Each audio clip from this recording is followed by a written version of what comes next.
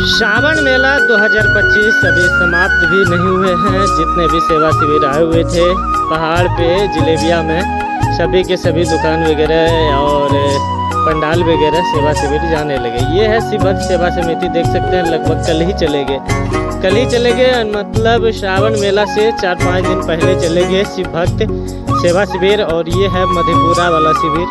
देखिए श्रावण मेला समाप्त भी नहीं हुए और ये भी मधेपुरा वाला शिविर चले गए। इसमें धर्मशाला है। इस रास्ते में अगर भादो में आ रहे हैं तो इस रास्ते में जाएंगे। 2-3 धर्मशाला है जो कि 12 महीने आप सभी शिव भक्तों के लिए सुविधा मिलता है। चलिए आज की इस वीडियो में आप सभी शिव भक्तों को दिखाते हैं और साथ ही साथ बताते हैं इस भादो के महीने में कांवड़ लेकर के आ रहे हैं तो किस जगह पे रुके, आप सभी शिव भक्तों को बेस्ट सुविधा मिले और रास्ते में कहाँ पे अच्छा व्यवस्था मिलेगा, ये सारा चीज़ आज के इस वीडियो में देखने के लिए मिलेंगे।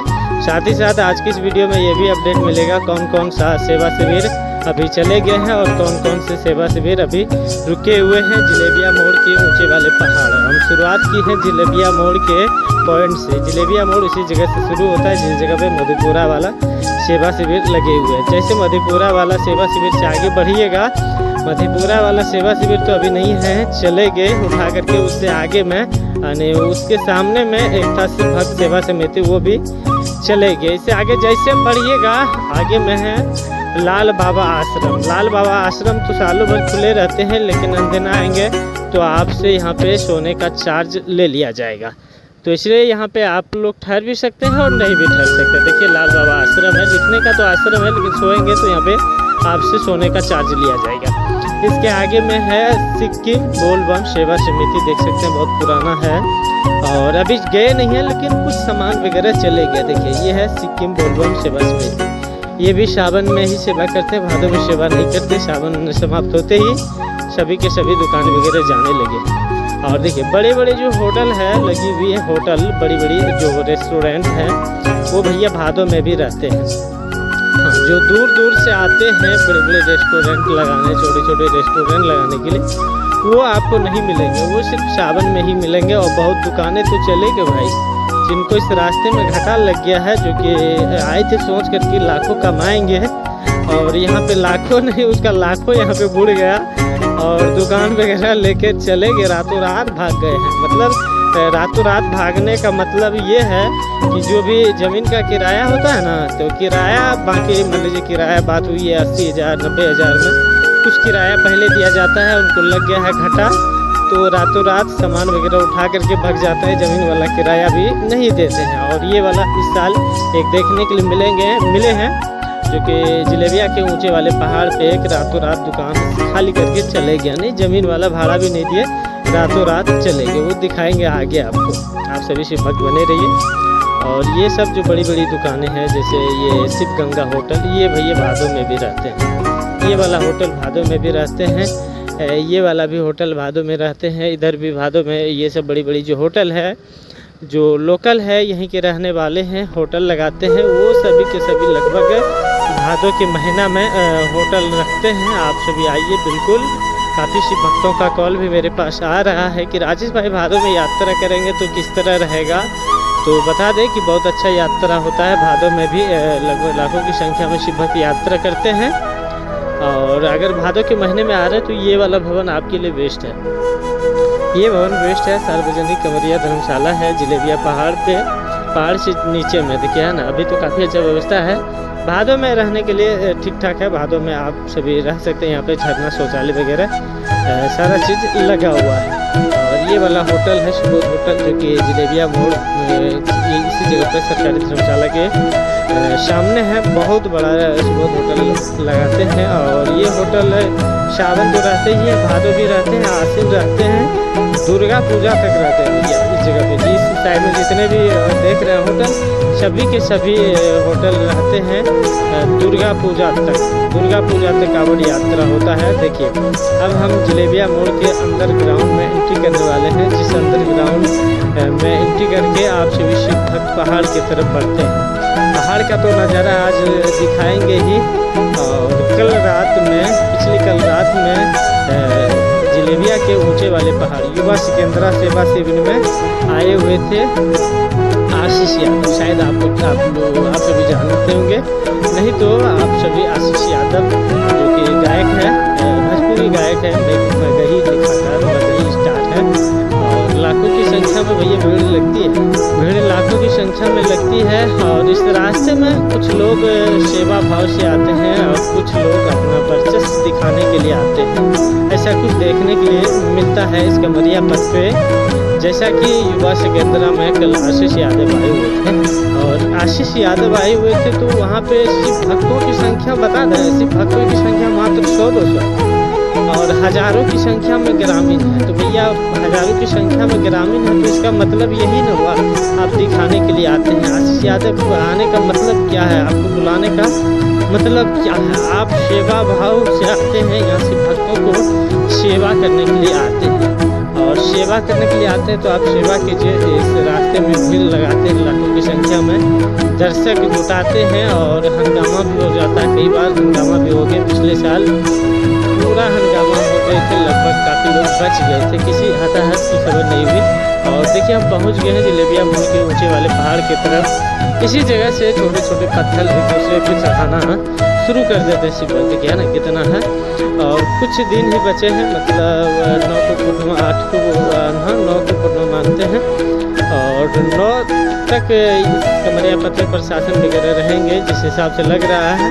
और 10 को जितने भी इस कमरिया पथ में प्रशासन वगैरह का सुविधा है, शायद 10 से प्रशासन वगैरह इस कमरिया पथ पे आप सभी शिव भक्तों को देखने के लिए नहीं मिलेंगे।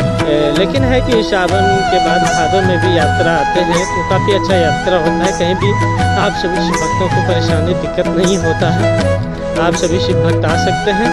और आप सभी के लिए तो हम लोग हमेशा लगे ही रहते हैं, कहीं भी किसी भी प्रकार का परेशानी हो तो आप हमें एक बार जिलेबिया का ऊंचा वाला चढ़ाई इसी जगह से शुरू हो जाता है। देखिए ऊंचा वाला चढ़ाई और यहाँ पे भी एक दुकान थे, देखिए है ना दुकान चला गया, ये वाला भी दुकान चला गया। और अब देखिए ऊंचे वाले पहाड़ की तरफ धीरे धीरे बढ़ रहे हैं और लगभग दुकानें वगैरह तो अब धीरे धीरे चली जाएंगे। बहुत कम दिन बचे हैं जो कि इस रास्ते में भीड़ देखने के लिए अब नहीं मिलेगा। भीड़ देखने के लिए मिलेगा लेकिन एक साथ भीड़ देखने के लिए मिलेगा, अभी तो बहुत रास्ते में भीड़ देखने के लिए कि ऊंचे वाले पहाड़ पे जितने भी ये सभी दुकानें देख रहे हैं ना तो लगभग 80% 70% दुकानें रहते हैं। कुछ दुकानें हैं जो कि बाहर से आते हैं लगाने के लिए, वो दुकानें लेके चले जाते हैं और जो आसपास के दुकान लगाते हैं इस क्षेत्र के, जैसे जिलेबिया पहाड़ हुआ तो इसके दरमियान लगभग 10 किलोमीटर के आसपास के जितने भी दुकानदार हैं ना लगभग रह ही जाते हैं, क्योंकि सावन मेला तो होता ही है। उसके बाद भादों में जितना सावन में कांवड़ यात्रा हो रहा है इससे लगभग 40% भादों में यात्रा होता है और इसलिए रहते हैं। और देख सकते हैं पूरा ये वाला दुकान वगैरह जितना भी है ये तो देखने के लिए आपको मिलता ही रहेगा। सावन मेला अपडेट आप सभी शिव भक्तों को पूरा कमरिया पथ का नज़ारा दिखाए ही, साथ ही साथ भादो मेला का भी अपडेट मिलेगा। अगर अभी तक चैनल को सब्सक्राइब नहीं किए हैं तो भाई चैनल को सब्सक्राइब करके रखें ताकि हर एक अपडेट आपको मिलता रहे इस कमरिया पथ से रिलेटेड। ये देखिए खगड़िया सेवा शिविर आगे है, आप सभी शिव भक्तों को स्वागत करता है। और खगड़िया सेवा शिविर अभी है या नहीं है ये तो आगे पता चलेगा। ये वाला दुकान है ना, ये जमा मतलब जो भी किराया था बाकी दुकान रातें रात खाली करके चले गए, किराया दिए नहीं। पता चल रहा था 30,000 में बात हुई थी और 30,000 में बात हुई थी, उसमें 12,000 रुपये के आसपास पे किए थे और उसके बाद बाकी जो बचा तो पे नहीं किए, रातों रात दुकान खाली करके चले गए। ऐसा सुनने को मिला, रात में ही आए थे घूमने के लिए, उस तरह का सुनने को मिला है। अब सच्चाई क्या है ये मुझे पता नहीं, ये वाला सुनने के लिए मिला जो कि आप सभी शिव भक्तों को बताए।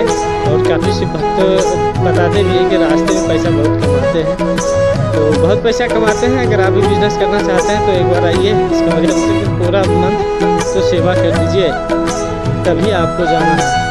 देखिए यहाँ पे एक दूसरे पे पत्थर चढ़ा रहे हैं, यही तो है, यही है पहाड़ों का खूबसूरती। एक दूसरे पे पत्थर चढ़ाइए फिर आगे की यात्रा कीजिए। अगर आप भी आ रहे हैं तो एक दूसरे पे पत्थर चढ़ाए, लेकिन आपका कांवड़ वाला जल यानी नीचे ना भिड़े, नीचे नहीं भिड़ना चाहिए।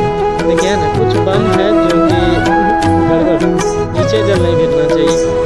देखिए ये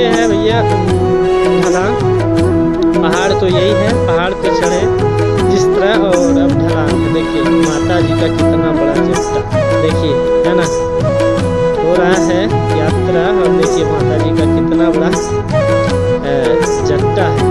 हम लोग तो इधर जट्टा ही बोलते हैं, अगर आप लोग क्या बोलते हैं आप लोग बताएंगे, हमें भी जानकारी होगा। देखिए आगे वन क्षेत्र समाप्त हो गया और आगे का क्षेत्र है नीमा टाउन।